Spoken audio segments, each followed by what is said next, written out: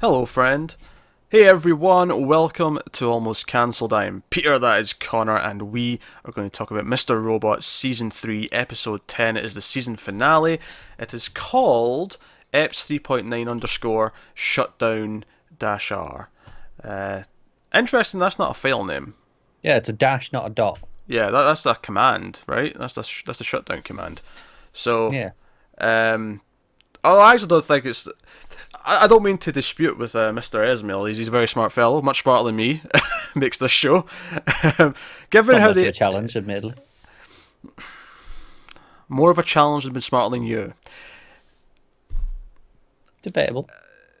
But given the end of this episode, I feel like the reboot command or the restart command would have been a better title. But I mean, who am I to judge? Yeah.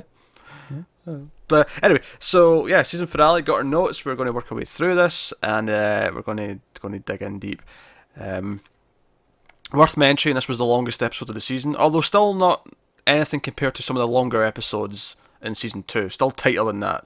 This was still Yeah, under an still hour. still under an hour. It's Yeah, only a few minutes longer than I think the first episode was the longest one before this. yeah, and I think if you take away the post-credit scene, it's probably not the longest. So that's how much of a smaller margin it is. Okay. I could be Yeah. wrong. I haven't checked the numbers, but just I mean, I think it's still a bit longer. a couple of minutes. Yeah, Doesn't yeah. matter. Anyway, so we're going to dive in and hopefully make some sense of a fairly emotional season finale. So we start off with Elliot's place. The Dark Army, led by Grant, are storming it. They're in to try and find him. They're rummaging through the clothes. There's discs left all over the floor, but of course Elliot is hiding next door in Shayla's apartment because we know he can get in there. We've established that already. Yeah. As soon as it cut to the hallway and it showed you the two doors, I'm like, oh, I know where he He's is. just there. Yeah. He's just there. They're Him and like, come on, we Flipper. got to go find him. Yeah, him and Flipper just up against the door, I'm like, not gonna lie, I was a little concerned that the dog was gonna make a noise. so is the dog next door. That doesn't necessarily have to be suspicious. Doesn't have to be, but I mean, don't get me wrong. We know that Grant is familiar with Flipper, right? We know that he's aware that yeah, Flipper exactly. exists, but no, he's a good dog. Didn't get Elliot killed. Conveniently, he was a good dog that time. Yeah. Oh dear. Uh, so of course, Elliot's worried about Darlene. He's worried that if they're coming after him, they're going after her next. So he's like, okay, I need to go to the meeting place. Let's go see if she's there. And we end the opening scene with a shot of this blank CD, which we know is the CD that has his life. Because he always erases like all the data of someone, but he always backs it up on a disc. We know that's his. His is the one that doesn't have the name on it. It's just a Yeah. blank disc. We actually end on that. Very nicely framed. Obviously, it's foreshadowing for later on in the episode, but just as a visual for the title to come up, it was actually quite a nice Yeah, at symmetrical the time, thing. because obviously, again, you write your notes on a second viewing, so you have knowledge whereas I don't. I do You it as I you go you through. could say that I have future knowledge. I'm from the future. Time I traveling's could I happening. could say that, but I resisted. Thematically, I'm linking it into the show, but on you go. Okay, fine. My point was going to be obviously I didn't know that it was meant to be foreshadowing at that point when I was writing my notes, and I was like obviously knowing what the disc was already. I was going, okay, so this episode is going to be about Elliot. If that's the title screen, is that image is about him. This one. Yeah. But regardless, we moved on and we went to the FBI.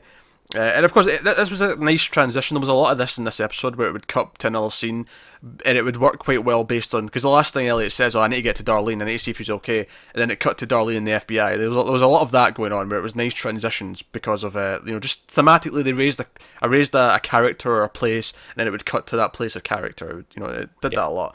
But Darlene's there. Santiago is obviously he's frantic. He's worried. He's taking her somewhere. He comes in and really harshly as well. Like he throws her against the wall. Like it's very clear this is not just by the book.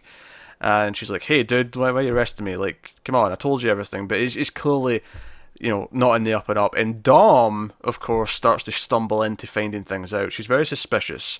Yeah. Yeah, and I think we should point out here it's clear, at least it seems clear now that Darlene did not tell Dom everything. You know how Oh, last sure, episode yeah. we were suspecting maybe in that bit of time that we missed. Joe, it's funny. Like I'd completely forgotten about all that because as soon as it started, I was like, Sometimes when it just gets going in a different direction than what I'd maybe like theorized it might do, I just forget every bit of that speculation and just Yeah. just go down the path I we're on. noted it there just because it was that first time I was like, okay, not that then. That said, that although that all the talk of someone in the FBI working for Dark Army seems to have at least nested itself in her brain, because she's like, okay, that's weird. Why did he lie to me about this guy taking over the case? He's not in his office. Oh, Darlene's not in the holding cell or the interrogation room. What's going on? And she actually confronts him out in the car park. Like she stops him. Darlene's in the car. In fact, one of my favourite things about this scene is the glares. Like Darlene kept looking back at her, being like, and just shaking her head, like, no, like, he's bullshitting you. Yeah, don't trust him. And Dom's suspicious the entire time. But no, so it's really. I don't have a whole lot to analyze with this scene beyond it's just really tense and well done up until when she's backing away and he's like, "What? You scared of me? Come on, there's all these cameras here. I'm not gonna do anything." And then he just hits her immediately. It's such a quick punch as well. I just suddenly, just out of nowhere. Yeah, it's a really hard hit. You really feel it. You feel the fear in Darlene's face when it happens. It's like, oh wait, shit. Because obviously, before we got to this section of the scene, I thought, oh, maybe he's already left with her, and I'm going to be rooting for Dom to save Darlene like all episode. Like, Dom, you have to get to her. But she gets to her, and now she's also held captive. She's been taken as well. And I'm like, oh crap, okay, this is bad. Where's this going? I actually don't know where this is going. You're making me uneasy here, Esmail. You're making me uneasy. So no, that was that. So then when we go to the arcade, that was the meeting point, back in the old F Society place. And Elliot's like, okay, I've got all this information. I've got every single operative the Dark Army has. I know where they all are. But that's too much to sift through. If they've got Darlene, and he kind of just assumes that they do. He assumes that, well, if she went to the FBI to try and do something, they've got someone in the FBI. He sort of like, okay, he almost just assumes the worst. I've already got her, or she might already be dead. I have to try and get to her. So I'm like, okay, so now he's going to try and save Darlene. But there's too much data to go through, and he can't wade through it. Of course, there's a lot of personal stuff in here. He keeps saying over and over again, she's going to F and die. Like, he says that like 4 or 5 times. Like, he just keeps like, pacing. He gets himself really worked up here. Yeah, he punches the popcorn machine. He tips over one of the arcade machines. Yeah, I think it's to sober him up. The like the blood, the pain. It's like, okay, no, it kind of brings you back to reality a bit, doesn't it? Yeah. Obviously, again, this was foreshadowing, but especially on a second viewing, I noticed as he's saying, think. I've got to know something. He's saying like, there has to be something that will lead me to whoever this is, to a way to find her. Some of the classic Mr. Robot theme comes in. Yeah, I've got that here. The return of one of the main season 1 theme. Yeah, is what I kind of recalled it. And it's very telling, especially when you see where it goes next, because his plan is that he needs to finally talk to Mr. Robot again, and he does this by going to the Ferris wheel. And I mean, and we thought there was a lot of season 1 callbacks last week. Oh, there's a shit ton of them this episode. Yeah. Oh god. In fact, there's a lot that are specifically episode 1. There is, yeah. There's a couple that aren't, but there's a lot that are specifically episode 1 of season 1. At least as best as my memory can place them. Yeah. So no, and what I loved about how this was shot, they get in the Ferris wheel, and it's just these straight reverse shots where they're bang on in the middle of the frame on both sides, and the Ferris wheel has like a cage around it. Yeah. Obviously it's for safety, but it feels like he's trapped in a cage with himself right now. Yeah, I thought it was really interesting that this is one of the rare times where they're having a conversation that you never see both of them together, like at the same time. It never cuts to a shot of the two of them sitting opposite. Because I think it's a sign that, okay, they're in the same scene together, they're communicating, but they're not as one yet. Yeah, they're still fractured. Because they're openly talking about that. But I love the idea that he's so concerned about Darlene that he's willing to talk to him. Okay, I need to talk to him now. I need to try and fix this. Yeah. So yeah, I really like the whole trapped in a cage together. I really like the imagery of that. It's obviously very thematic. So, but obviously the key lines that I was picking out here that I really, really liked was when he's talking about why he's not spoken to him, why he's been scared of him. He says, "I've been scared of the part of me that is you." Yeah, I thought that was really interesting because it's kind of that. It's one of the real the first real times he's acknowledged that this is just him. Yeah, it's a lot more open this episode. Even Mr. Robot later on in the episode, the way he talks back to him, even he's talking about it as if I'm part of you. It's not just we're two separate people anymore. Yeah. And what I loved about this is Elliot's like, I need to know, like, the 71 buildings, would you have went through with that had you known? Like, from the start, would you have done that plan? And obviously it does the great thing where he says, I would have, and there's a pause. There's a pause as he's like finishing the sentence. He says, I would have found another way. And I love the idea that this is Elliot making sure that he's not capable of it. Like, this is a self, like, making sure he's not a monster. Because if Mr. Robot says, yes, I could have done it, then he knows that he could have done it. Somewhere in him, that's him that's making that call. Yeah, this is literally him, like, self-analyzing here. It's asking himself these hard questions. So it's actually an oddly sweet moment when he says, "No, I'd have found another way." It's actually okay, right? This is easily one of the sweetest scenes between these two we've ever had. It's very bizarre, but they're working together, so that's cool. Then we're in the car with Santiago. Dom wakes up and basically just like calls him on everything. Wait, China last year, you were not there when the gunman showed up. Oh, Cisco, you gave up his location before we could get to him. You know, everything. She just goes through everything, like all the main beats. Yeah. It's it's just like, okay, it all makes sense now. Yeah. And again, with the foreshadowing, Dom says, because he implies, oh, she'll be willing to do the same thing. I've got this quote down as well already. Nothing would make me betray everything I believe in. Yeah. And I'm like, okay, especially in a rewatch, obviously, but I'm like, okay, you're going to regret saying that at some point. It's one of those lines that even on like a first time viewing, straight through, I'm like, yep, okay, I'm jotting that down because that's coming up later. Mm-hmm. I don't know if it was necessarily be this episode, admittedly, which it does. Yeah, but it was worth. It was clear. It was like, okay, no, come on, don't say things like that. That never goes well. I love that Darlene's completely silent in this scene. She's just kind of there. She's reacting. Obviously, when she mentions Cisco, she gives more of a reaction than she had before, but she's mostly just sitting there taking it in. And it was kind of this weird thing where they're both in the back seat, like both restrained. They're both in the same place. Like they're equals right now. It was a really interesting dynamic, I thought. And then we're at Santiago's house. And Mr. Robot and Elliot are there. What I thought was funny is like they were doing some sort of weird thing where they were cheating here. Why are you looking at me funny? No, I was trying to read my own notes. Oh, right, okay. I thought, have I missed a scene? No, it's as you were saying that, I was like, that's what my note says. Because you're bringing up the point that my note is. Yeah, so they were doing a little funny thing here where they were both like picking up things and looking at them at the same time. I'm like, okay, this is kind of cheating, but again, it's just kind of representative of what he's actually doing. I put it down as well because it's just weird because they always did such a job of hiding them doing something at the same time. Yeah, I think this is maybe showing us though that the lines are getting weirder. Like we said how before they were both in the same scene but they weren't in the same shot. Now they're in the same shot but now they're both doing things at the same time. It's like they're overlapping almost. Yeah. It's maybe different when he does this if there's someone else around, but with just those two in the room, I don't have a. He's running back and forth between the two places. Yeah, I almost want that shot of what's really happening right now as this is going on. Yeah, so they're looking for something to lead to location. They actually get the Red Bull barrel menu and there's like numbers and it's like, it's another cipher. I'm going to crack this code. It's like, this again. Yeah, but then they don't have to because Irving's there, and he drops a little meta commentary. He's talking about how you need to have a good ending. Like even if the middle and the start are a bit meh, you got to have a blowout of an ending. Yeah, he says always got to have a wow ending. Otherwise, what's the point? And I was wondering which way is this supposed to be taken? Because one way is the obvious implication that Esmail's going, hey, look, this could be a hell of an ending. But the other way I was thinking is like, Irving's kind of a dick.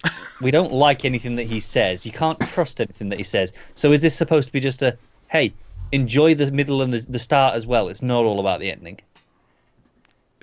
I think it could go both ways. Because I don't necessarily agree with them. Like, there's plenty of things where the ending's not that great, but everything else is fantastic. So why let it ruin it?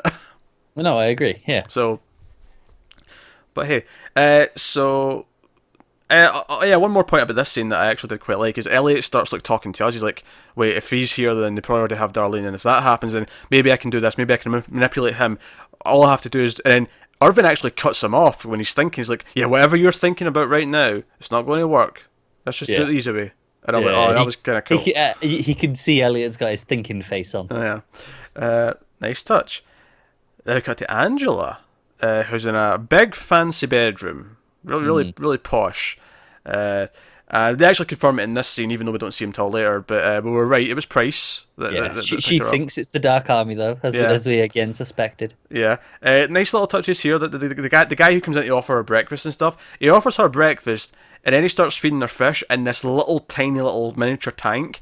And I thought, oh, that's Angela. That's how she feels. She's in a tank right now. It's just a mansion. It's bigger. Yeah. She's a human, but same difference. And yeah, so that was basically it. There was a lot of quick scenes in this episode, kind of setting things up for later. Yeah. Later on, of course, there's a lot of cutting back and forth between two things. I was actually smart enough to flip between two pages, and I have them separately. Oh, better than me. Yeah, I've got a nice separation for those. But yeah, so a lot of setup in these early scenes. But we're about to get to the real meat, because we get to the this farmhouse. is where it starts. Yeah, so it's actually Elliot and Irvine and I guess technically Mr. Robot. You see them all get out of the car. Yeah. I really liked. Mr. Robot and Elliot's doors open perfectly in time, and they close perfectly in time as well. It was nice. So, given that we'd just seen them being independent, it was really nice to see them completely in sync. It's one of those things where, because they've both got the same goal right now, it is kind of nice to see them working together again. And it's even different from season 1, because you can't even say it's back to season 1, because in season 1, it wasn't like a friendly, we understand each other relationship. It was very, not antagonistic, but he was constantly trying to trick him into doing things. It was a working relationship. It was kind of manipulative. Yeah. There was there was underscores to it. There was like, okay, I can't really trust him to just do what I want. I have to kind of shape him into it. It always felt like it was okay into the purpose of the job. It was never about like on a personal level between them. Yeah, now it's at least feels like more of a mutual agreement than anything else. It's one of those things though where I didn't even notice it until the second viewing. I noticed it, but I never clicked that it was wrong that both of them get out of the car. You know what I mean? Yeah. Like, the first time it never even occurred to me, of course, there's three of them. And then the second time, I'm like, wait a minute. Mr. Robot's That back not door real. should never be opening. Yeah. But no, it's a nice touch. It's nice that they're playing with that. My first note actually for this scene, because again, they get the barn, and I was like, the gang's all together. Because Leon's there, Dom's there, Darlene's there, a couple of masked Dark Army guys. Irving's here, of course. Everyone's together. Everyone but Angela. Angela's doing her own thing. But... So, Santiago whines a lot. He's like, hey, I've got this mess to clean up, and I always clean up your mess. And you can tell Irving's just tired of him. I'm sick of this guy. Yeah, and obviously when he says mess, he means Dom. Well, that's kind of what Irving points out. And he's like, I know how to fix this. And of course, Irving very suggestively replies with, so do I. And I'm like, oh god. And I kind of get the feeling like he's ready to kill Santiago at this point, if I'm honest. It kind of felt like, nah, he's sick of this asshole. Yeah. He's like, nah, you screwed up one too many times. Just the fact that she's here and we have to deal with this. Mm-hmm. What are we doing? Yeah, but as they're leaving, because Irving's like, okay, right, honey, you come out here. Just before we cut outside to them where they're going, Elliot's with Darlene, and first of all, he asks if she's okay, and she's like, of course I'm not effing okay. Are you kidding me? Yeah, what do you think? But he's like, oh, I've got a plan. I'm going to, talk to her. And he looks up, and there's a camera. Like, it's just, like, they're already being watched. He knows they're being watched. He knows she's watching. Yeah. Right, Rose is watching. I actually just throughout all the stuff in the barn, I loved how every so often it would cut to that camera. There's a few specific moments that really do it justice. And I think it works because you don't see her. I mean, you see her eventually later on, but throughout all this stuff, every time we cut to this camera... But you know she's watching. Yeah. She's ever present, but you never see her. And it gives her a real ominous kind of presence. Yeah, definitely. So Santiago basically is like, hey, we don't have to kill her, we can flip her. She's useful, she's good. She was rising up the ranks. She's like a real go-getter in the FBI. She's the next prodigy.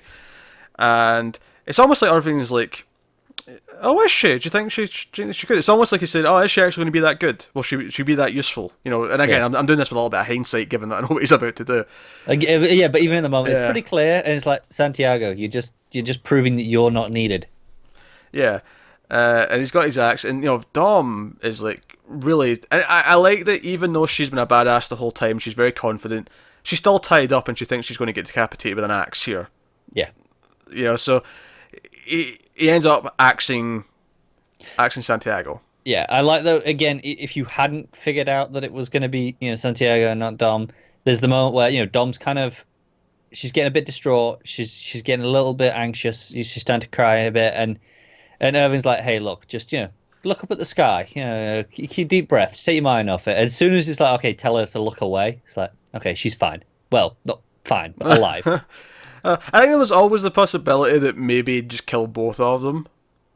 Yeah, Because there was the whole thing where she's like, "I'll never flip. The first thing we're going to do is, I'm going to arrest you." I mean, that line comes later, but she says she won't flip repeatedly, and Irving even repeats it and says, "Well, like you said, she ain't going to flip." Like, yeah. so there is the doubt there that you can't just immediately Yeah. guess exactly what the plan's going to be. But of course, after he's I don't think he's quite dead yet, but he's axed him once or twice, and he turns around to Dom. Is that you work for the Dark Army now? That's the exact line. Yeah. And Dom, of course, is like, no. She's not going to admit. It's like, I'm never going to be a traitor. If you uncuff me, the first thing I'm going to do is arrest your ass. Like, this is what's going to happen. And then Irving, of course, we know he's a salesman.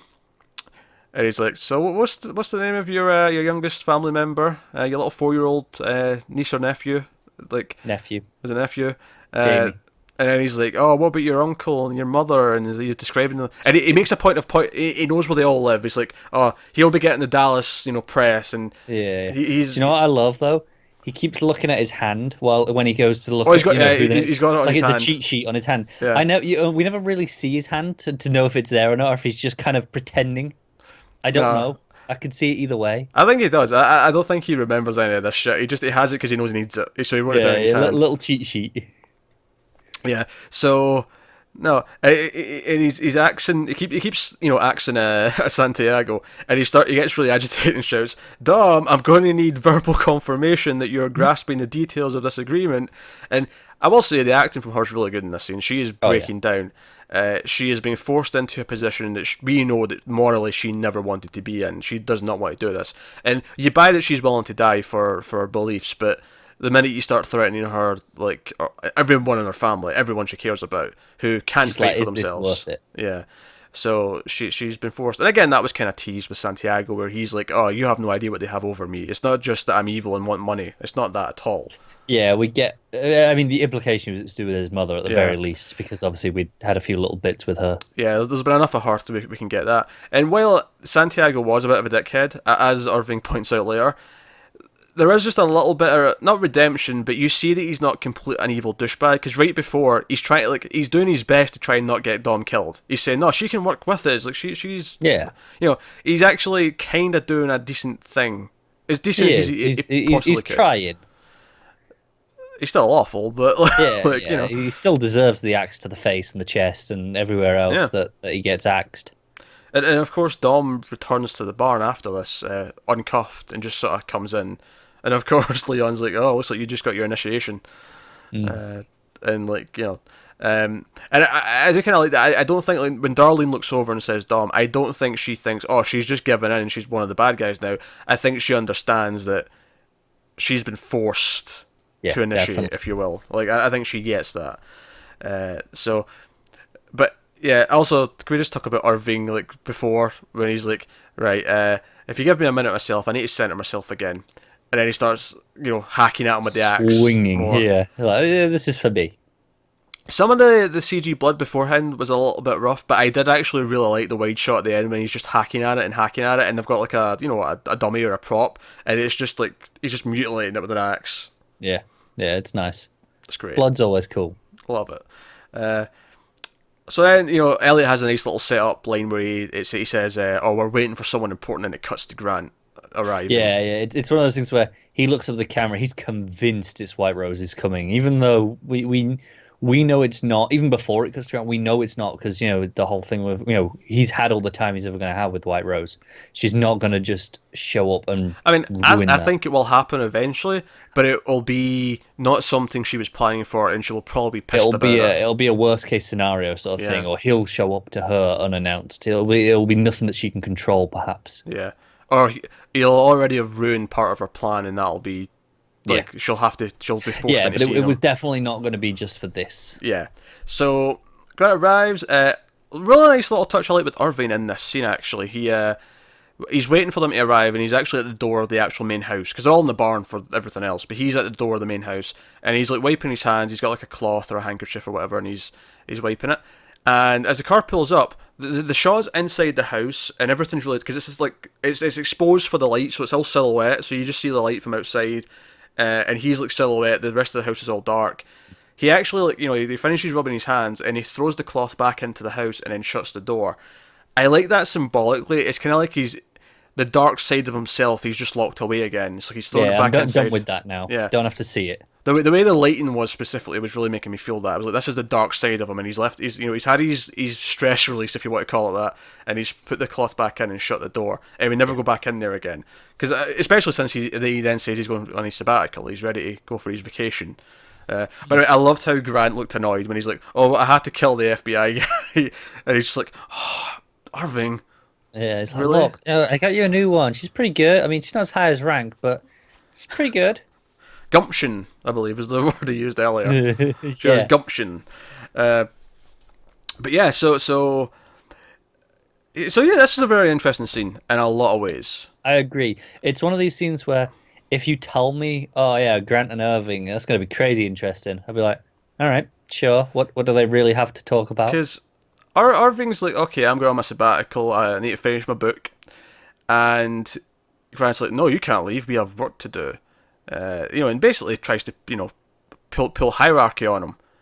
And Irving just turns around, walks right up to him, and grabs his face like this, just like, yeah, like he's a child, like he can control, and says some really fascinating things I was not expecting to come out of his mouth. Absolutely. So, yeah, Irving, first of all, this whole thing implies that Irving's actually higher up than Grant is, which did not seem to be the case before. See, this is the thing. I don't know if he is, or if he just thinks he is. No, see, I think he is because he understands his place better. Because I think Grant thinks he's higher than him because he's kind of the one who works closely with White Rose and he has the men. Okay. But I think it's one of these things where he works outside of the structure, if you will, of the organisation as this man who does all these things. But I think he's actually higher up. I think he has more leeway with White Rose. I really want to make this into a Star Wars analogy, but you'll kill me. He's the Darth Vader. He's outside of the Empire's structure, but he just comes in and he goes, I do this. And everyone goes, all right, fine. Sure. But look, it's Star Wars week. I had to get one in there somewhere. Yeah. At the time of recording, we're less than, at 24 hours away from Star Wars, premiering. Because all the early showings are on Thursday. So Connor's all excited. I'm excited. What do you want me to say? It's the best time of year. Oh, dear. But no. And then the other thing he says to him is like, I already did my time. I was you years ago. Yeah, he goes, is White Rose still, throwing those fits and stuff like that? Yeah. And such. Has she made you taste her yet? As he almost puts his finger in his mouth as he says that. Yeah. It's and I'm like, wait, Irving was like the boy toy, before. What's happening? He was a bit younger, clearly. And I'm like, was this like during the plant time with Elliot's dad and Angela's mum? Was that during that time period when he was like White Rosie's biatch? I really don't know, and I think it's fascinating. Especially since, given where Grant's story ends in this episode, it's like, well, clearly, when he decided not to be that anymore, or White Rose decided he wasn't that anymore, he took it differently, and he, found his own little niche for himself and went off and did his own thing. I think it's probably he decided, but not in a way that annoyed White Rose, clearly. More possibly, in a way of, I'm more useful here, let me go and have this freedom. Yeah, I'm actually really curious about what some of that backstory is now. Yeah, I want to know.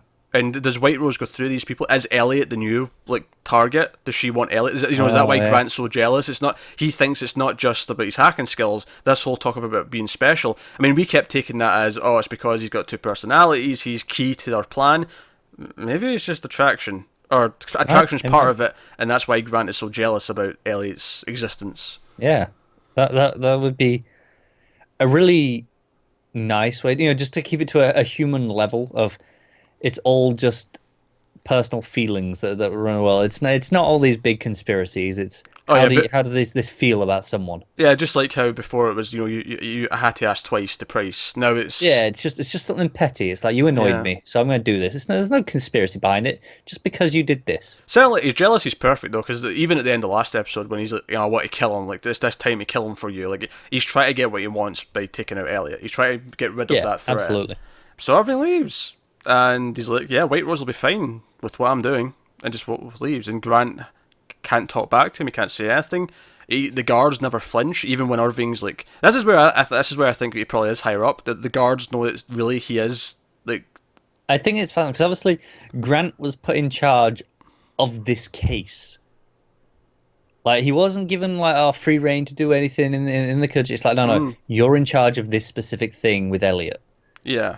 And I do wonder if that was almost like, because we know at this point a lot of this doesn't really matter to White Rose. Her plan, as far as she's concerned, has been done. This is just, the petty aftermath now.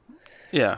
So it's almost like, yeah, this stuff doesn't really matter. So yeah, go ahead. You try this. You prove yourself.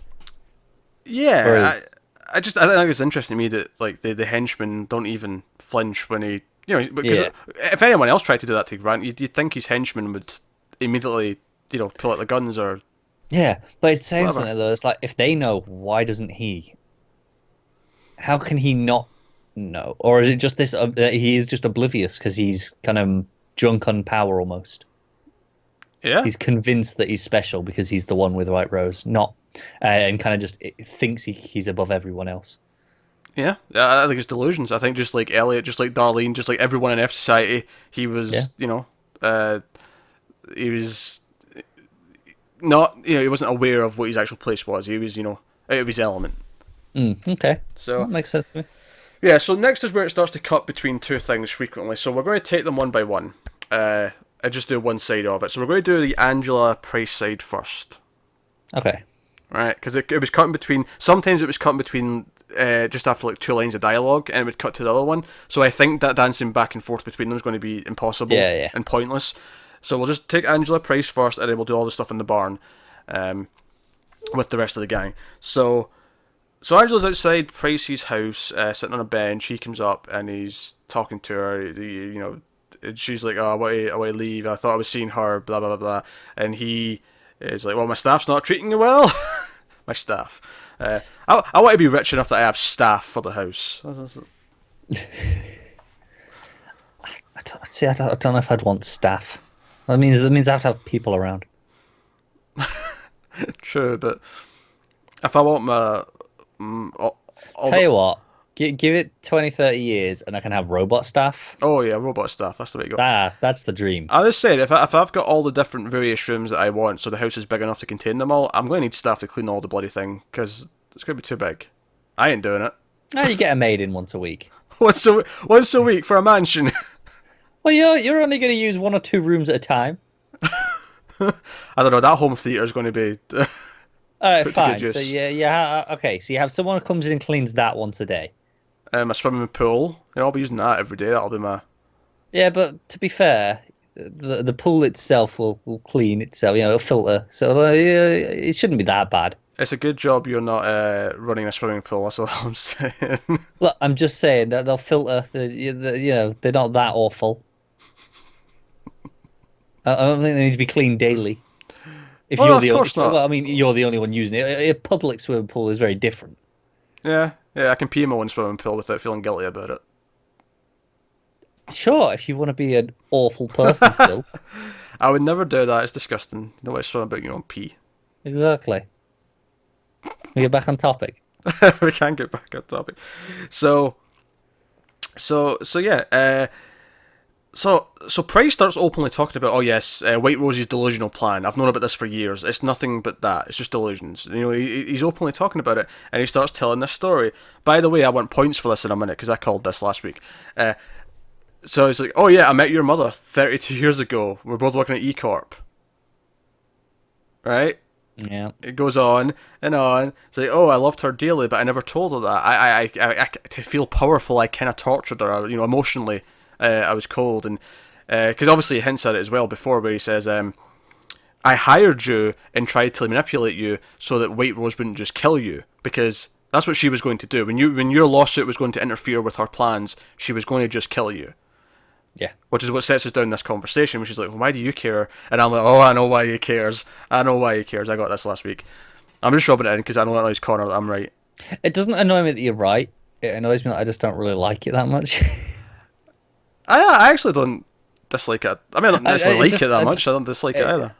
I mean, it just kind of feels like it's for the sake of it to me a little bit. At least right now, they could prove me wrong. I don't know. Like, I go back to every scene in season 2 where he's like mentoring her and like giving her this weird advice. Like, suddenly all that has context, like why he wants to do that.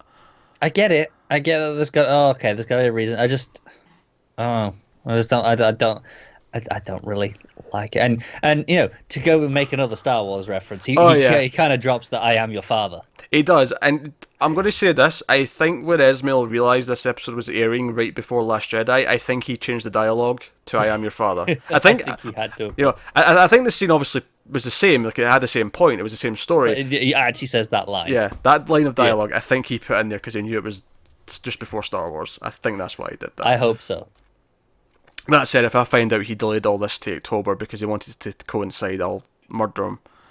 I mean, that's a conspiracy theory. Delaying right Mr. Robot so it's close to Star Wars is not something I can get behind. Oh, which reminds me, season 4 confirmed. that happened before this aired. See, do you know what's really funny about that? I saw that and I was like, yeah, okay. I'm not surprised. I wasn't ever. I was never. Me neither. Slightly concerned. What I think's funny though is that that's 2 years in a row it's done that, because I remember saying specifically last year when we were doing the finale, it was nice to go into the finale knowing it was renewed. Yeah, it's true. So there we go. Season 4 is happening. But anyway, so he's telling this story. Mother hated him, wanting to keep Angela away from him. So obviously her new father, was just treated as her father. Like, as far as she knew, that was her dad. And he's only telling her this because of what White Rose has done, because of how broken she is, because of what White Rose has manipulated her into doing, and all the rest of it. And this is where it gets really kind of... Obviously, I'll talk about this more in the other half of this, but there's really good, solemn music that comes in at one point. And she's breaking down, she's crying, she's like, I have to believe there was a purpose, in reference to the 71 buildings and all the people who died. I have to believe. And she actually says she was going to bring my mother back. Yeah. And I'm like, oh man, I feel so bad. It was pretty explicit that, like, just what she was buying into. Yeah, like, that's, again, I spoke about how good the acting was with Dom before. Like, the acting here was really, really good. And it was kind of like the emotion, the realization this is probably bullshit, but she's like, no, I have to believe this. I have to, like, she's going... And I know we're going to talk about them separately, but just the way these cuts together, I love how we see kind of, for Angela, the illusion is being shattered. She's like, no, this is all been a delusion. This isn't real. But, alternatively, we see pretty much at the same time, White Rose is still fully believing in this. Oh, yeah, we'll talk about that, yeah. This thing. And Price is just like, oh, that was something petty. This whole thing was just to get back at me. It felt really like, yeah, it's all about me. Don't worry about it. Well, it was fine, though, because I actually think Price was being kind of genuine for a lot of this scene. It was probably the most human he's ever felt. Yeah. I think it's just while when he was telling the story of what happened, I again, obviously, I was like, oh, I know he's going to say the father thing, but I really don't want it. I was really hoping he'd stopped at just that, I was in love with her, but I never told her, and I tortured her about it, and that kind of like sat with him a bit. So when he saw Angela, he was like, okay, I didn't tell her, and then she died. I have zero problems with him being her father. I don't. Hell, even the way he says it, he says, "I'm your father." Biologically speaking, like, even it's not. I know. I just, it's fine. You've been weird over nothing. Is it weird? It is weird. I don't think it is that weird. There's zero things wrong with this. It just feels like it's, I don't know. It just doesn't work for me. I don't know, if anything is making Price more human. It's weird that Price might actually be an ally going forward, because he's going to want to help get back at White Rose. Because even she, like, says, like, what are you going to do?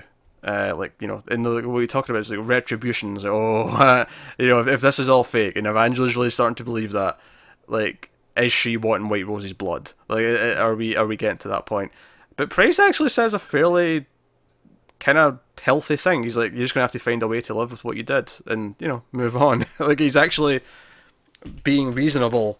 Yes, he's very cold about it still, though, isn't he? He's fairly cold. Like I say though, this is probably the most. I mean, this is a strong word, but probably the most heartwarming he's been That was way too strong a word. in the show.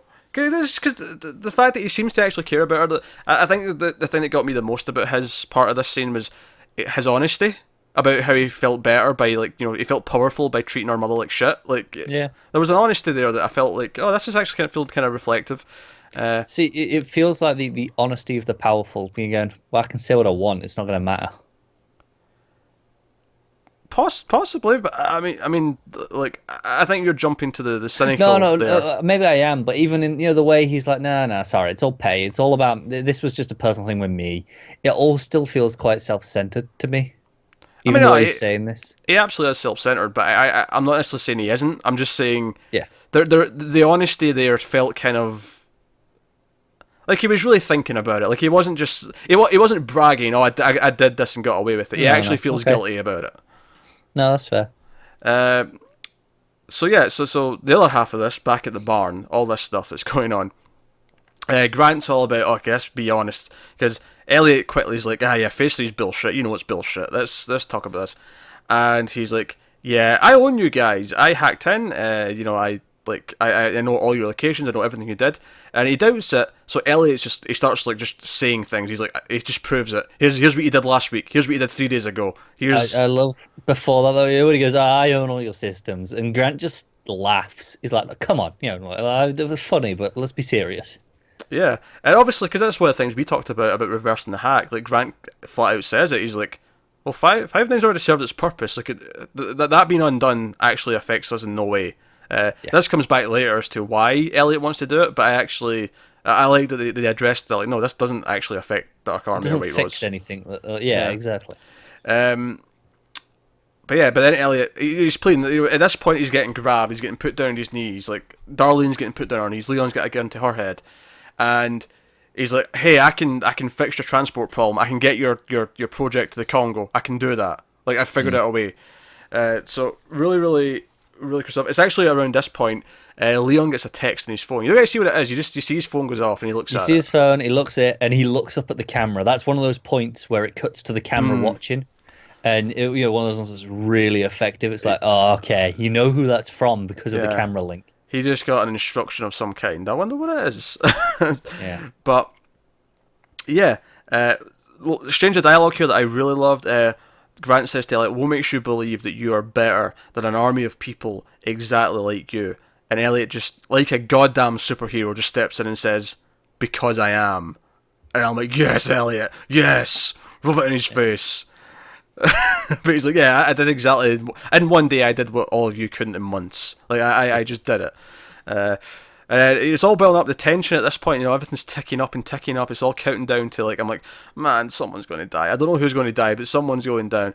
But luckily, Super Leon to the rescue. The instructions he got from White Rose, he shoots all the henchmen in the room get shot by Leon.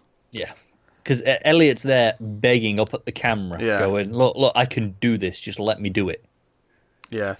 It's after this where the solemn music comes in. It's really, really nice. It really gets the... it feels like some sort of... this weird sense of relief that it's all finally kind of letting go. And I'm still a little bit worried that something bad might just, like, happen, like, by surprise. But, like, the music... Because I was really nervous, especially in the post-credit scene later. More on that when we get there. But no, it keeps cutting to the camera, and finally we actually see White Rose. It's when Grant's phone goes off, and White Rose is talking to him on the phone. And we see that she's actually watching this in a tablet. She's sitting in the bath. Savage. Yeah, very savage. And it's like, yeah, your jealousy of Elliot means that you won't see this project through to the end. But when this is all over, I promise I will find you. And of course, like... it says, know that I will find you when our project is complete. Yeah, so of course, like, you can take this very literal and, like, yeah, you're not going to be working with us anymore, but I'll come and find you afterwards. But then, if we're going back into this idea, we've brought this up before, that the reason why the Dark Army might be so willing to kill themselves is because they think that when White Rose completes her goal, that they'll all come back. Like, she'll be able to bring them all back. And of course it's been speculation for a while, but Angela kind of confirmed that that's what at least what the lie that she's been feeding them is. I don't think it's a lie from her. I don't think she thinks it's a lie. No, I think she believes it. I think that's kind of the whole thing. I think especially with what Price was saying there, it's like no, she is obsessed with this. She is completely bought into it. I think that's why she manages to convince so many people, because she clearly believes it. Yeah, White Rose absolutely believes it. But she says, but for now, our time has come to an end. And then in Mandarin says, I love you, which was subtitled for us. And he actually says something in Mandarin as well before he dies. It's not subtitled because I was wondering if you yeah. I did find out what he said though. I looked it up. I meant to, but I didn't have time, so I came straight in here to do this. But it wasn't subtitled on the show. But what he actually said is take care of her. And then he shoots himself in the head. That lends more credence as well to the idea of Elliot replacing him. That's what White Rose wants. I don't necessarily think Elliot's going to be game for that role specifically. No, but I don't think he is. But I think that's what they're planning at least. Yeah, so at least that's what Grant thinks. I mean, this could be Grant's jealousy still. It could be still absolutely talking. But no, so he's devoted till the end. Just while we're there, another way of interpreting that know that I will find you when our project is complete. She could be planning to die at the end of all this, and she means in the afterlife. Oh, yeah, I mean... it could be right, you go now, I'll join you later. Yeah, although does that bring into question her believing that our project's going to work? It depends what a project is. If a project, for all we know, her project is a way to kill everyone on Earth. Okay. I'm just saying, I mean, I think it's less likely. I think she is really into some delusion that he's going to come back. That's definitely what I'm getting from her. But I think it was just a different way of reading it. Yeah. So now Elliot has to pay up. Leon gets a laptop out and gets him to do his thing. He does his thing to fix the transport issue. He's sneaking it in. Puts it through as refugee stuff, isn't it? Yeah. Sneaking in with this Iranian refugee shipment or something like that. So he does his thing. Leon, of course, is like, hey, you know what's going to happen if this doesn't pan out? And he's like, it'll pan out. Like, he's sure of it. He's pretty confident. One of my favourite things here, though, is before he goes to the laptop, Elliot's still on his knees, and Mr. Robot literally picks him up and gets him back on his feet. When he says as he's doing it, I hope you weren't bluffing, but I just love the idea that Mr. Robot... And the idea we've had the whole show is that Mr. Robot's there to help him cope with things, so the idea that he's literally standing him up, like picking him up off the floor and putting him back on his feet is a really nice idea. Yeah, it's great imagery, isn't it? Also, I just want to point out, before Leon leaves, he says, I always had faith in you, cuz. Yeah. I like Leon. I do like Leon. Leon's this weird thing where he's a threat to all of the characters I like, but he's always... It's really likeable still. Yeah. Because he's never like a dick about it. He's like, hey, look, if they tell me to kill you, I'm going to kill you. But I don't want to kill you, but I will. So... he's like, hey, take me on, do the hack. And we cut out to the FBI car, and Dom's with Elliot. But first of all, it's just kind of strange to have Elliot and Dom in a scene together. It is really weird, isn't it? It's like, oh man, where's this going? And I think what's interesting, we've been speculating a lot about the whole hacking Avengers and Dom teaming up with them. And I still think down the line that's kind of ultimately what's going to happen. But this episode did a really good job of pushing that as far back as possible, because Dom is not happy with these two right now. Dom is... livid, because she even says, as she puts on her passport, she's like, I'm not doing this for you. Like, she really points that out. Yeah, that's one thing, but it's her scene with Darlene that really sells it. It's funny, as good as I said her acting was in the scene with the axe, I actually think this tops it. This might be her standout moment. It might be, and she's been in some great scenes throughout the last two seasons, some action scenes, but in terms of emotion, in terms of raw emotion, this was cutting, because I think because you say that like a lot of it, she has been very closed off and stoic. Yeah. So it's rare we actually see much emotion from her. But I think what works about it is she's telling Darlene she's an awful person. She's a terrible person. Don't ever convince yourself of anything else. Live with that and die with that, and maybe that's scratching the surface about how I feel of you. And the reason why I think this all works is, and she kind of flat out says it. She says, you've ruined my life. You've taken my life from me. But she has, like, the entire 2 seasons, she has been the most noble character in the show. She is devout to her belief in doing the right thing, in being a good FBI agent, and catching the bad guy, and not letting corruption get in the way, and not taking bribes. And, she was pissed at Santiago earlier on. She's disgusted by him. And now she is the thing that she hates. Yeah, she is forced to give up all of her morals, all of her duty, her sense of right and wrong. She is forced to compromise all of it. She's been forced to do that because of interacting with Darlene and being part of this. I think it hurts more as well, because I think she did actually like Darlene as well. After the last episode, we know that she is always, she says that she doesn't have any friends, and she was kind of getting towards the point where Darlene might be a friend. I agree. And then this. I think it hurts more because she did like her. Yeah. Yeah. I think it's a betrayal because of that.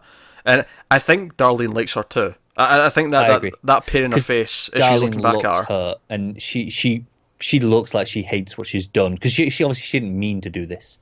Yeah, not that specifically, absolutely, Yeah. It kind of goes back to her on the train earlier in the season where she's like, I've already robbed from you, so just take the rest. And exactly. Give it, it's going to really reinforce that on a more personal level. Yeah, that guilt is there. And yeah, so it's a fantastic scene, really strong stuff, and it really makes me think next season seeing Dom having to I feel like when we come back, she might not have done anything for them yet, but she'll get that first request.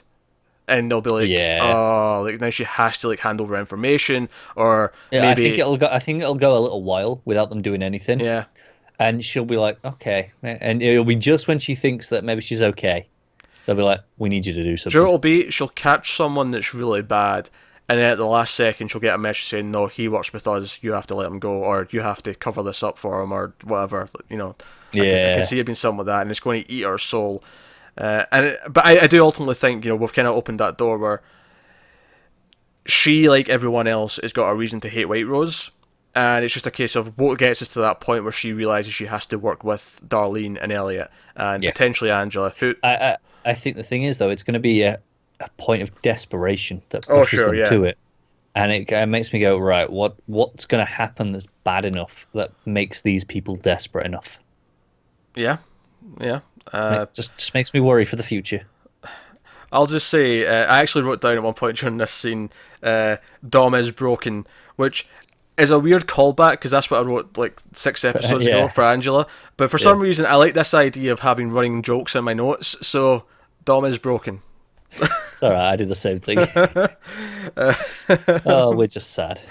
So, yeah, but the one interesting thing, so Darlene goes in the car with Elliot, and they're on the computer, and he's getting access to the data and all that, and it's basically Romero was cloning and viewing who was doing what in the computer in the F Society arcade.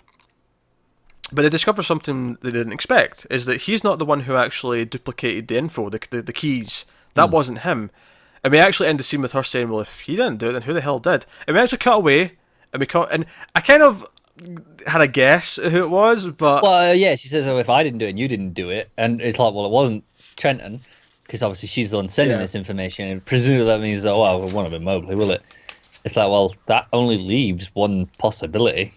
Yeah, but they don't say it yet, we save it for later. So we actually go in a scene on the train. Elliot and Darlene are sitting on the train together.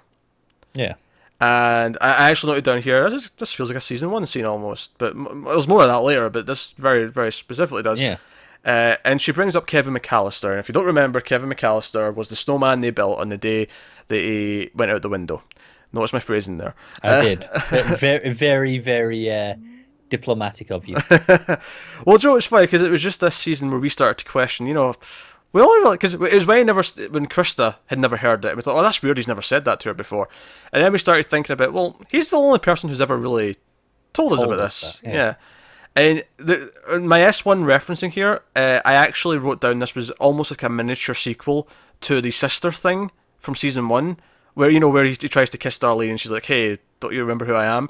Because she brings up Kevin McAllister. Why did you bring up that story? Why did you want to talk about it? It's like, oh, that was the day that Dad pushed me out the window.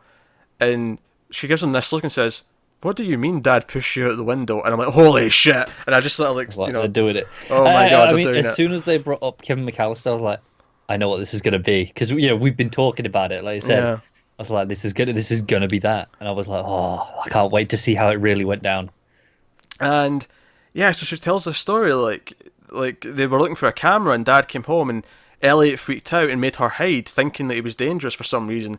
And he grabbed a baseball bat and he ended up going nuts. Like he was there, he's trying to calm down, he was swinging it around, he was hitting things, and then eventually he hit the window with a baseball bat and jumped out himself.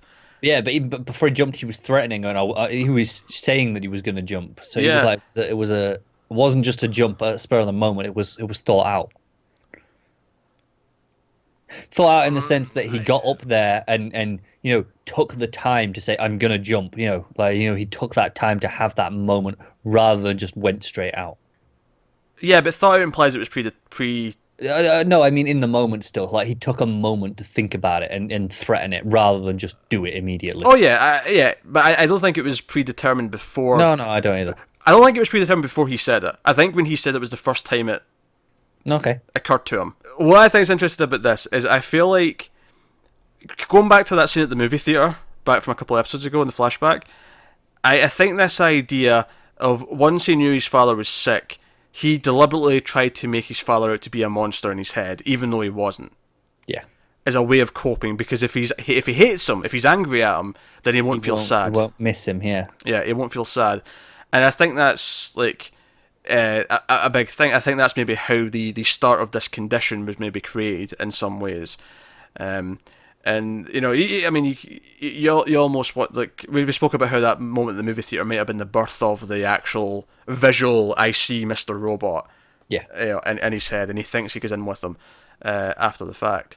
But the whole idea that he acts, when his dad goes down, he never reacted with fear or worry. Well, like the idea that he to us at least, he felt like he was being unresponsive to it. But that's part of this whole thing where he doesn't feel it because he's made himself hate him first, and then of course if he's got an actual Mr. Robot standing in there as well on top of that. Yeah, but this thing in this scene here, did over the years, over the time, did he just convince himself, tell himself that his dad did it so much that he started to believe it, or did he see a Mr. Robot push him out the window? Is that what, from his perspective, he experienced? Because to go back to season 1, I think it was the end of the very first episode. Mr. Robot pushes him off that wall. He pushes him and he falls. That might be the end of episode 2. By the episode 2, okay, but it's very early on. Yeah, it's early. Yeah. Yeah, and it's the idea that he sees that and he feels it, but in reality, he just jumped off. And was it the same here as a child? Did he see a Mr. Robot push him? Maybe. It's actually hard to say.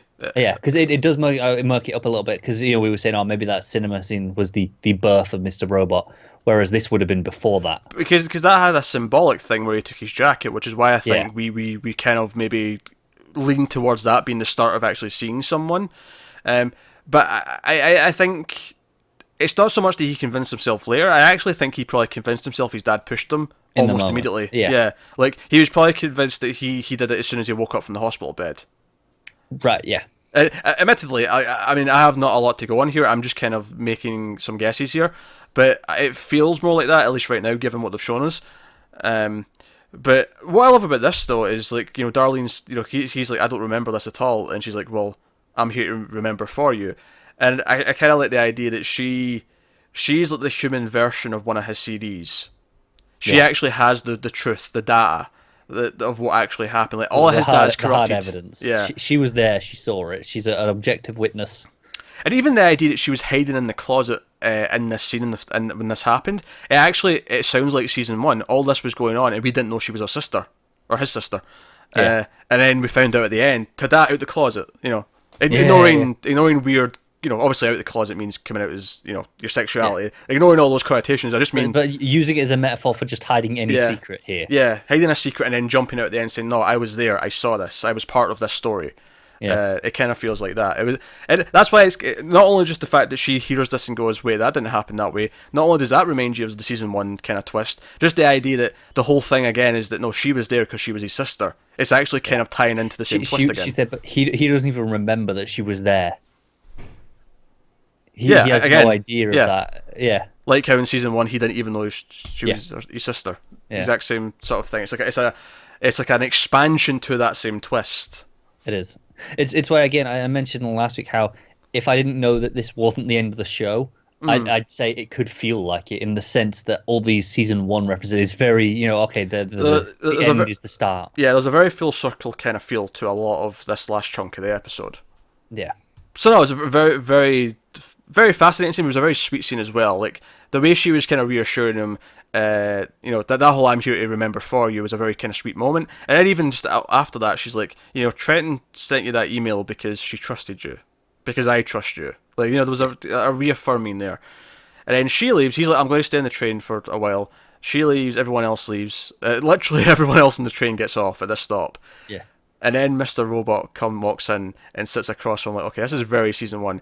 And it's we've been here before. This was very season one. And then when it cuts to where they get off and they're sitting back to back on the benches in the train station, it's exactly that setup from season. The very first episode had this. And I was like, okay, we're really doing this. And the whole conversation is very much about, like, obviously, like, he says, okay, Mr. Robot, you're the one who did the backup. You're the one who did that. Even though you're the one the whole time who's been telling me we have to do this, we have to have no remorse, and we have to, like, this whole time you did that. But the conversation quickly becomes kind of this examination of them and how maybe now getting into season 4, the new status quo might be that, no, they're on the same page and they actually kind of accept that they both need to exist for each other. But I think what's really interesting is even at that point, like where we're getting to that, they fundamentally disagree on this, because Elliot wants to undo 5-9. This is what this conversation is about. He's like, no, I want to undo it. But Mr. Robots... this is the best part of it, though, is that they disagree, but then Mr. Robot accepts that it's his choice, because he's like, oh, why even do it now? What's the point? And Elliot, and probably my favourite line in the entire episode is, for me. Yeah. I'm doing this for me. It's about him getting over his own guilt. And he asks Mr. Robot why he did it. Why did you do these backups? Why did you, have copies of these keys? And he says, because it's what you would have done. Because as much as I hate to admit it, there's part of you and me. You were right. And, like... And I don't know why that is. Like, I don't know why I exist. Only you know why I exist. They fully talk about the fact that he's not really real. He's just part of him. Yeah. They're both part of the same person. And I really feel that this is the start of, like, if we're going to end the show with him becoming a whole person, where this is he's cured essentially because he becomes one. This almost feels like the first step. I'm telling you now, the end of the show is Elliot putting on the Mr. Robot jacket from the closet. Because Mr. Robot is gone, and he puts on the jacket because he's both of them now. I see why you're saying that. I'm going to say no, because that's too obvious for Esmail. He's going to do something wackier than that. You say that, but why not go with the obvious when it's a great moment? No, because he has to leave it behind. Putting on the jackets, it meant he's still around. He has to leave Mr. Robot behind. That's it. Like, and it depends which way you go with it. Does he leave Mr. Robot behind and go, I don't need you anymore? Or does it become, no, you're part of me, you're always part of me, but not as a separate identity? Well, no, absolutely is accepting that he's part of him, because he has to become whole, he has to become one. But the idea that he has a separate part of him that wears this jacket, I think, is what he has to leave behind. That's what I mean. Because at the minute, we'd never see him wear the jacket. It's always Mr. Robot has his jacket, of course, but he's not wearing the physical jacket because we know that's at home in the apartment. So here I'm saying is it will be Elliot putting on the jacket to be like, okay, no, not at the end of the show. He'll do that before the end of the show. Okay, I can see it. He'll do that because he has to, like, achieve something. He'll do that when he's going on a big mission of some kind. He'll make a symbolic point of putting the jacket on. Okay, but that's not the end of the show. It's too easy. We'll see. Look, just because I was right about Angela and I was right about something in Dark this week, I'm knocking them out the park. All right, you. I still have Australia. That was a stupid prediction that you got right. I've been knocking out some proper things this week. proper predictions. We'll see. So I'm not accepting your nonsense. It's easier to say something's not that it won't be than it is to predict the actual moment. So if I've got that, then I'm having all the credits. Yeah, but I got the Angela thing right. That's fine. It's okay. Whatever. I got the thing in Dark right. I can't spoil it because it's a different show. But Oh, I mean, I'll give you the one in Dark. I'm not disputing that. Whereas the one in Angela was like, yeah, I agreed that it was likely. I just didn't like it. so I'm still taking points. Points are still being had. Fine. Have your points.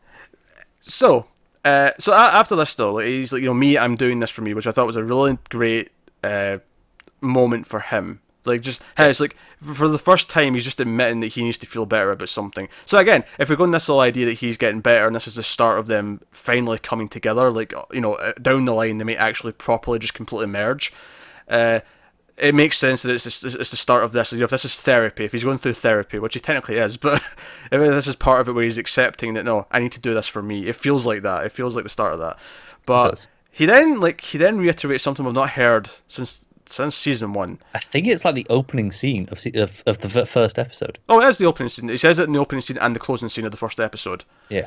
But he says, like, because Mr. Robot says, yeah, but okay, fine, but this won't hurt them. Like, this has all been for nothing. And he says, well, no, it has been for something. They showed themselves. The 1% of the 1%. They won't win. The secret men who run everything from the shadows. I know who they are now. And I sort of paraphrase some of that, but the final thing he says is, now I'm going to take them down. It's this mission statement. It's like, no, now I know who they really are. Like, the first 3 seasons was almost just about finding out who the 1% of the 1% really are. Well, that's it, because he thought it was E-Corp, but it's like, well, it wasn't really, was it? They were just a puppet. No. They were the 1%. Dark Army are the 1% of the 1%. Oh, okay, I'm with you. Do you know what I'm saying? Yeah. Well, obviously, when he first says that in episode 1, you have it's the E-Corp boardroom that you see, that are all the shadowy figures. And it's like, that's the implication that it's them. He believes that E-Corp was what he was talking about. Again, that's just his perception. That's just his vantage point. Yeah, that's what he sees. So that's all we can really understand it as. But then Mr. Robot says, "I want us to keep talking. I want us to be a team.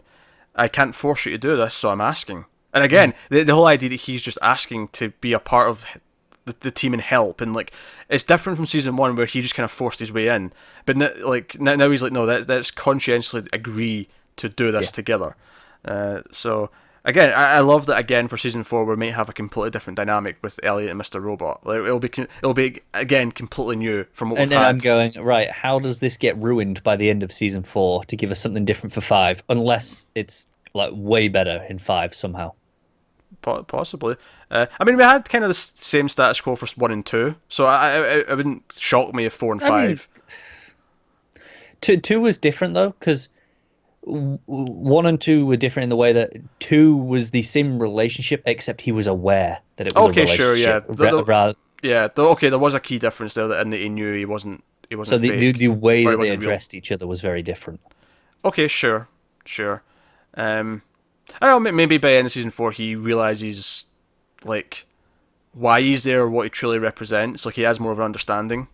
Like, maybe in season 5, like, he literally just calls him dad, or does something like that. I don't know. I'm just spitballing. But yeah, and then he even says to him, I wasn't pushed. I jumped. Did you know that? And that's actually what we end that scene on. No, it goes back to it later, but that's kind of one of the big final moments of it. Is it? He says that and it cuts, and it's actually around here that it starts playing the fantastic song by M83 intro. If you're not familiar with it, it's from Hurry Up We're Dreaming. It's a great album. That happens just as Elliot, he said he's going to go undo the hack, and we actually cut to a TV in a store playing the ending of Superman the movie, in which Superman reverses time by flying around the Earth backwards to make it spin. Which, by the way, from a scientific perspective, that's absolute bollocks. Yeah, it's nonsense. And Esmail knows that. Don't worry. He does. He's know not that. an idiot. Which I think it's just thematic again. It's the idea that Elliot's going to turn back time by undoing the hack, and he's going to be a superhero. Yeah. Even earlier on, they said it like a superhero. I am better. Yeah. We've been saying the whole time, he's going to get the hacking Avengers. Yeah. So it is very much that he is going to turn back time. The fact that so many scenes at the end of this episode feel like season one, again, we're turning back time. Yeah. And we spoke about last week how Angela kind of believes that that is literally happening, and the status quos are going back to how they should be. Yeah. So no, it's great stuff. But yeah, again, so it's just very, very, very, and even the fact that it's nonsense, you could argue, is kind of the point as well. The idea that is White Rose delusional, or is she really building a time machine or something? Yeah, look at it. It's all just stuff in movies. The way that it's presented here, it's just a thing. It's not real. But do they re-swerve us? I don't know. Who knows? See, this is the thing. Now they've spent so much time going, nah, it's all bollocks. I'm going again, just maybe. It's like, could it be real?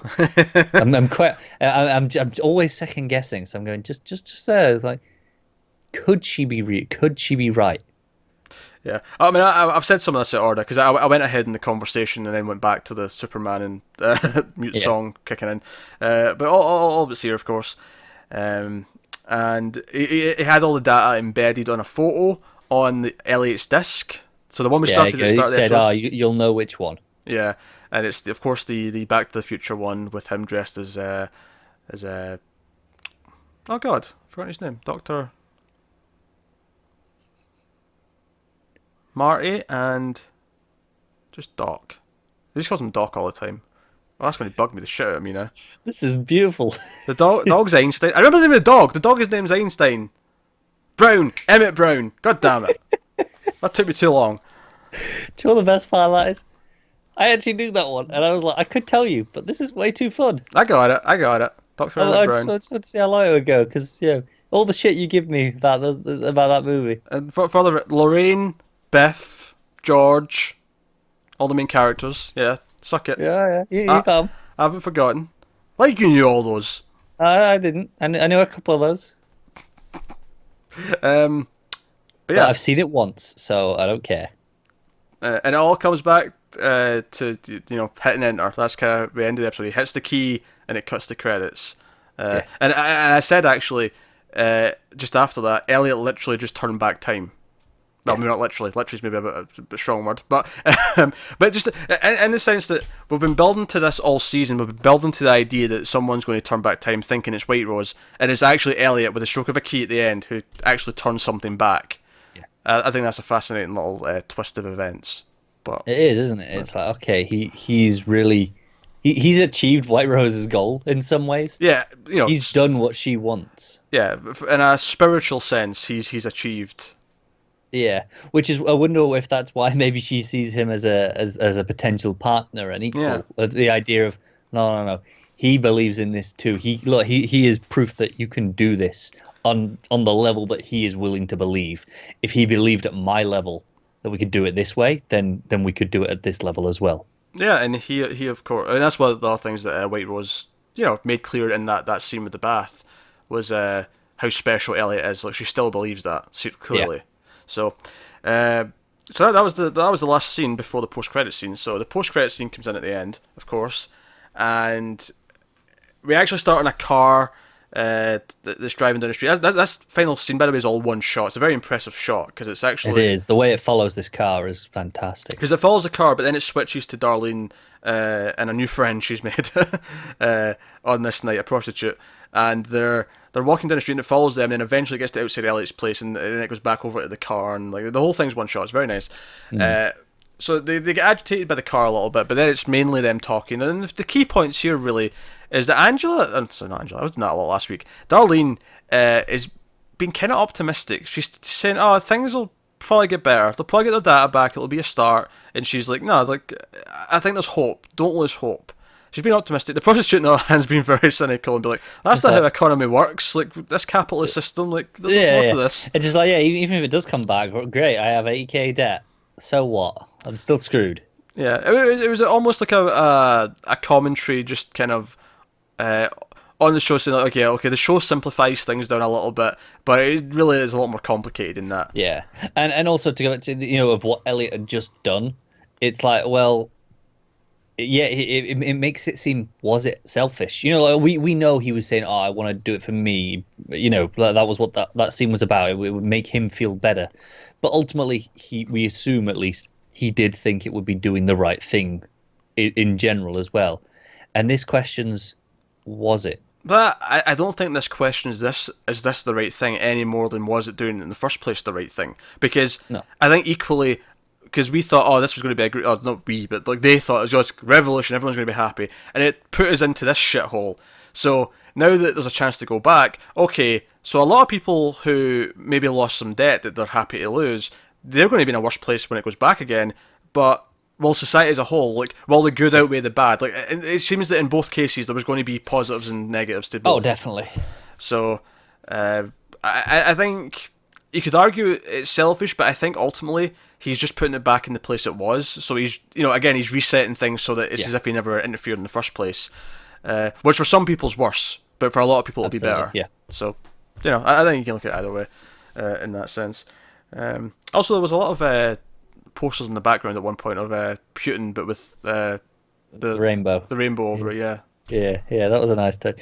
It was because there were. I really noticed the way they put up posters on this show, especially in this scene, is they put up like 40 or 50 posters of the same thing, in one block, and then they'll move on to the next poster and do because you had one was just the F Society mask, like 50 times. Then you'd move on to the Putin poster. Like it would like work in blocks. You wouldn't have them mixed in at all. Okay. So I thought it was just really interesting the way it kind of was like, just to make sure you see this. There's no, there's hiding, like they're all mixed in. It's like, no, this is clear what this is. Yeah. Sure. And then we get our cliffhanger, a return of someone. The car stops and four individuals walk up to Darlene, and she's like, "Can I help you, fellas?" And they did it at the front. It's like, "Oh, I'm just a brave traveller," and he spouts some philosophical nonsense. I'm not even going to begin to decipher it. And she's like, "Oh, who are you?" And the camera spins round. Such a dramatic spin as well. Yeah, and I'm like, okay, so we're obviously going to know who this is. The camera's treating it as if we're going to recognise this person. And I'm like, I don't think I was prepared for... And I had to check his name because I didn't remember his name. But I know full well who he is. Vera, from Season 1, the one who killed Shayla. And the drug dealer who caused Elliot a lot of trouble back then. I mean, again, to go back to the fact that we've reset time to Season 1, and now we have the Season 1 character back, you can read into that. Who was incredibly threatening at the time. Yeah, so I'm like, how does he work in a Season 4? Like, how does he work now mixed in with all this Dark Army stuff? Like, this is, like... Yeah, it's fascinating, isn't it? Yeah, I'm really curious as to how this plays out. But of course, continuing the tradition of having the post-credit scene in a season finale. So, it was a nice shot, though. I like the camera work involved. Yeah, definitely. So, that was good. It's one of those things where, okay, I don't know where this is going because but it's nice to know that, okay, you're shaking things up again for the next season. It's not just going to be straightforward. Oh, sure, yeah. Again, we didn't know going into Season 3 this whole Angela's working with Mr. Robot but not Elliot thing. Like, that was like a complete game changer on the premiere. Yeah. And then, who's to say what the Season 4 premiere is going to like drop on us that'll shake things up and make us go, oh, crap, this is what this season's going to be. All I know is it won't come soon enough because, let's be honest, it's probably not going to be till 2019, and that hurts. If the gap is the same, then yeah. That said, though, Sam Esmail did say that we're already in the writer's room. Yeah. When the announcement of the new season, he tweeted with the picture, didn't he? So, here's hoping that, that maybe they've already been in the writer's room. This is just the first, they've made it public official now. Announcement, yeah. But they've actually been in the writer's room for, 2 months. Who knows? Maybe we'll get lucky. And we'll get Season 4 in 2018. But if not, I mean, there's so many good, cable and streaming shows that are spacing themselves out now that we never seem to be short for something. It is. I noticed. I think it was earlier today. I saw something that Better Call Saul might be later than I thought it was going to be because they're only starting shooting in January. Oh God, that may end up being October then next year. It was. I mean, this comes from casting calls for things that that they want for people in stuff in January, and it's implied. Usually that stuff is kind of early on when they get those casting calls out. They could still make summer, but yeah, but we were hoping for an early June. And I think that's pushing it a bit. It depends. It depends how big these roles are. It depends. Are they there for the first the start of the season, or is this like Exactly, we need these for like halfway through the season? Like, I mean, there's a lot Yeah, to. it's true. They could be, oh, we only need these to film like a couple of little bits at But the end, essentially. But yeah, that said, folk aren't here to hear us debating when Better Call Saul might come they're back. not. But they should be, because it's another excellent show that they should be watching. It is an excellent show. But that's Mr. Robot. Season finale. Season 3's done. So I guess I'll pose you a question here to wrap up the finale. Best season so far.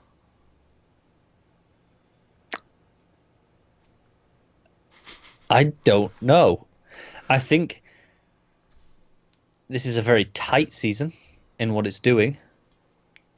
And I think it was the most consistently emotional. Mm-hmm.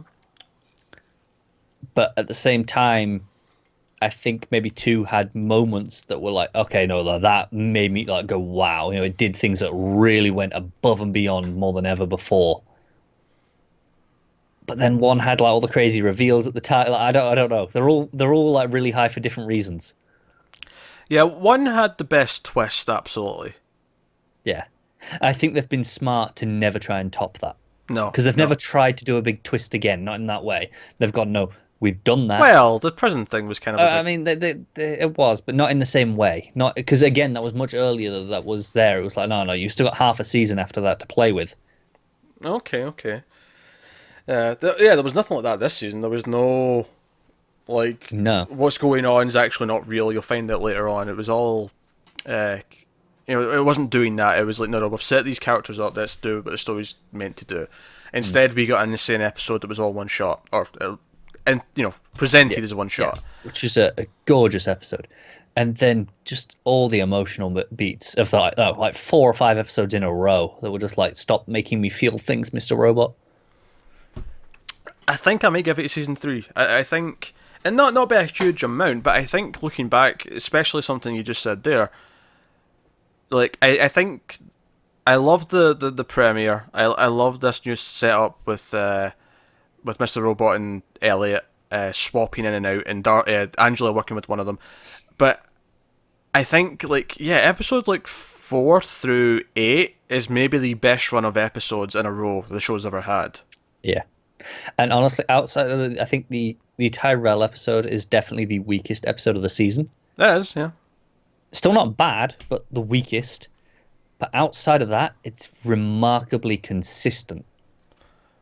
It's a very it's a very tight season. You can't fault that.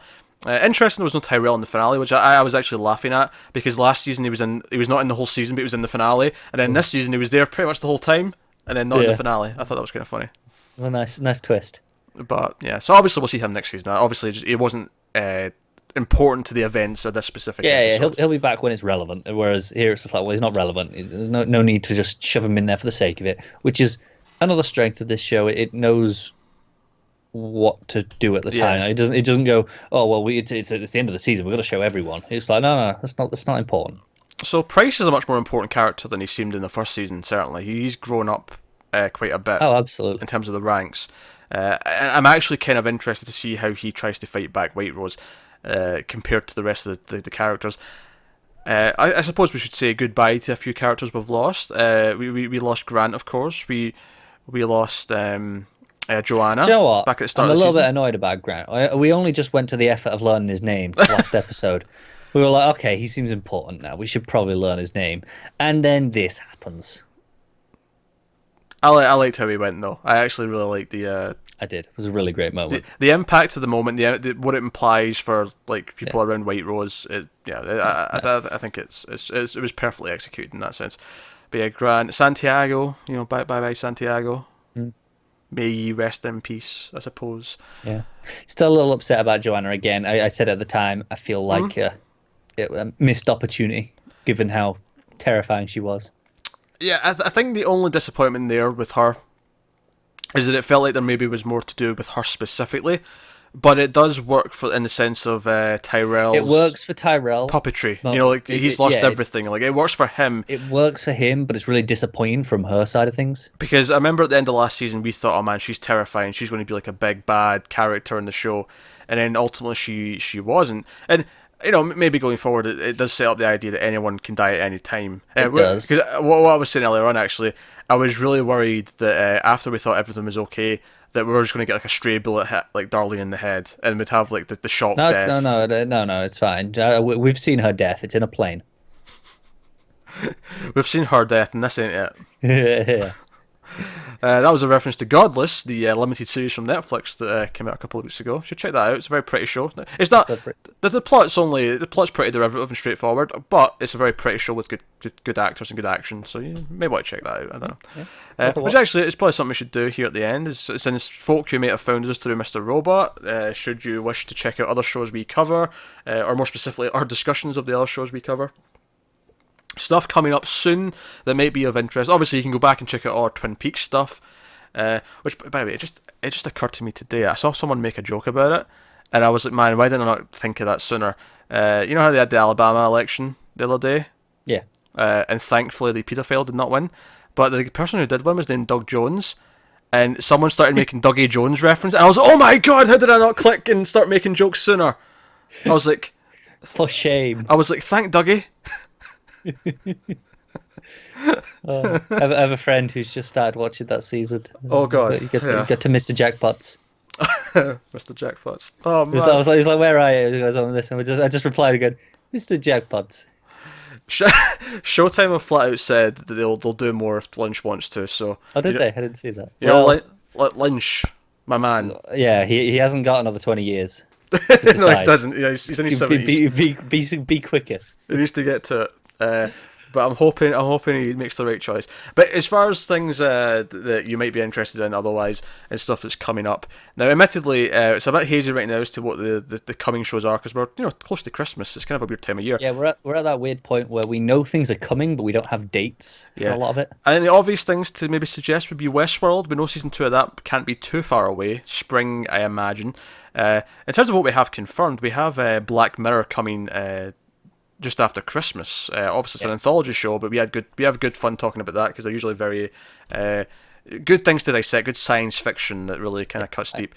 I know, just as well, running at the minute, I know you mentioned Dark earlier. Oh yeah. You probably enjoy that if you like Mr. Robot. Yeah, possibly. Obviously, it's more concrete sci-fi because there's actual time travel. But the implications of things and the way it plays with things are very fascinating. Yeah. Also, for sure, check out Handmaid's Tale. Season 2 of that's coming in April. That was a very good first season. Less about theorising and mystery. There's a little bit of mystery, but it's more about the really, really strong character work and drama and the filmmaking involved. It's really, really strong. So yeah. Basically, we're recommending all that. There's a lot of good prestige TV coming about. So, there is. We're excited for it all to start up again, because this is it now. I mean, like, Black Mirror kind of coming out of there is a nice little, oh, okay, so we've got something. But otherwise, I'm going, okay. Yeah, I mean, there's stuff that could be great. Counterpart starting in January, which is an alternate reality show with J.K. Simmons. Yeah, we have presumably The Expanse coming at some point soon. Yeah, it's weird they've not announced a date for that. So, again, this idea that all the cable shows and streaming shows are now starting to be... I remember last year we got to about February and we were like, okay, this is starting to get busy. Whereas right now, February's looking, outside of Netflix and Altered Carbon, it's not looking too bad. Yeah, and we got Jessica Jones in March. But, yeah, it's like I say, though, it's funny how all these shows now are starting to be a year and about 3 months, 4 months instead of a year. Like, it's all a year and a bit, which is why some shows are taking, like... Westworld, for example, is like, no, it's not coming in 2017 because it's going to take more than a year. So because of when it was, it's now early 2019 or 2018. Yeah. And it really feels like April with Handmaid's Tale might be the start of our year almost in that sense. Yeah, where all the busy cable and streaming shows start coming. Legion's another one. We have no idea. We don't. I mean, it was February last year, but I feel like we'd know about it by now if it was February this time. Yeah. Weird, I don't know. But yeah, so Mr. Robot. So hopefully check out other shows that we cover, and maybe you'll like some of those and like our theorising. Now, admittedly, this is only the second show that we've been doing the whole note-taking for. Who's to say what the next show will be that gets that treatment? It's hard to say until we actually start getting into something. Could be Westworld, given how intricate that was. I can see maybe Westworld, yeah. I mean, there's a few things we've just listed that are strong contenders. But regardless, that is it. So, any final thoughts on Mr. Robot Season 3 before we say our goodbyes? It was excellent, and I'm going to miss it. I am also going to miss it. But here we go. That is Season 3 of Mr. Robot. So, for another year, maybe more than a year, well, that's our adventures with Elliot, Darlene, Angela, and Dom. Who's basically the next main character now. Yeah, she is. So that is us. So thank you for watching or listening. Let us know what you thought of the season and the finale in the comments. Like, subscribe, all that stuff. If you're in the audio version, make sure you give us a review on the iTunes or whatever. If you want to support the channel and everything we do here, head over to patreon.com/MailFuzzTV. There'll be a link to that in the description in the corner. Also, good news, Patreon were about to mess up all the way they handled things, and then they cancelled it all today. So if you're worried about that... I hadn't seen that. That is fantastic news. I'm really glad for everyone who supports us. I am really glad for you, because it was one of these weird changes that didn't actually affect us as the creators.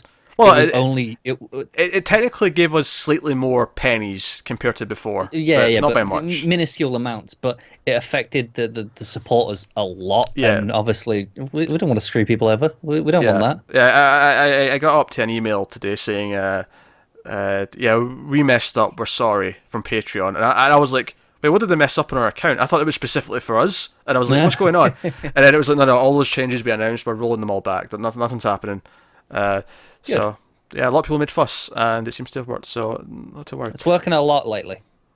It is. And Patreon's entire system works because people like using it, so they have to kind of work with us. So they do. Not that I'm crediting us with it. I'm crediting the bigger Patreon accounts. Oh yeah, the big people who really give them the money and support thousands them. And thousands and thousands. Make sure that they exist. They were threatening to leave and go somewhere else. So anyway, that's cool. So thank you once again for watching or listening. We always appreciate it. Keep watching good TV. Come back, check out some of our discussions of other shows. And if you are someone who was with us for season 2, watched nothing from us for a whole year, and then came back for season 3, that's cool too. We'll see you in season 4. But check out some other stuff. But that is us. So thank you once again for watching. Keep watching TV. We'll see you next time. Too far away. Have you got any vanilla?